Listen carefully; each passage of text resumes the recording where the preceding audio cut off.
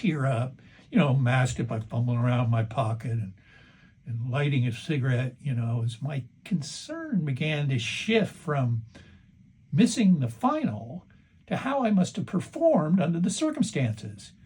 Wow, I said finally, I'm an old hand at blackouts, but this is totally new territory for me. That makes two of us, said Lefevre.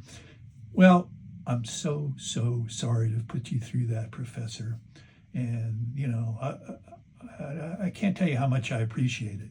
Oh, you don't know half of it, Park, he said. And, and he had this big stack of blue books in front of him, and he poked through them. He found mine with the rubber band around them, and he tossed them over to me. And he said, what you wrote was brilliant. Easiest A I've ever given. And I picked up the books, leafed through them like they were radioactive in a daze.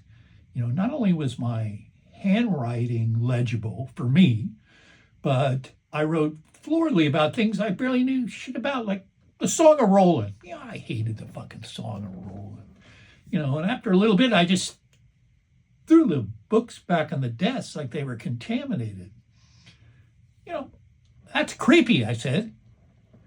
Really creepy, said Lefevre. I said, doing something like that in a very drunken blackout? I didn't know that was possible. I'm not sure it is, he said. But SM, I truly want to thank you. Thank me, I said. Yeah, I said, after 50 years of teaching, I can say I've seen it all. We had a good sick laugh over that one. Shook hands, and I walked out into a new and vaguely brighter day, because that's what the beer can beds remind me of now.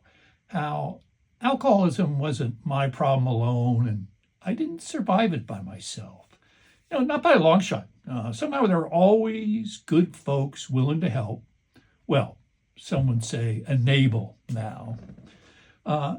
And their numbers over the years, be they friends, family, cops, shrinks, professors, or strangers, it would form a line around the block. I'm just eternally grateful to all of them. In the meanwhile, though, I stopped in the first bar I came to for a bourbon and a burrito, I had a philosophy final the next day to get ready for.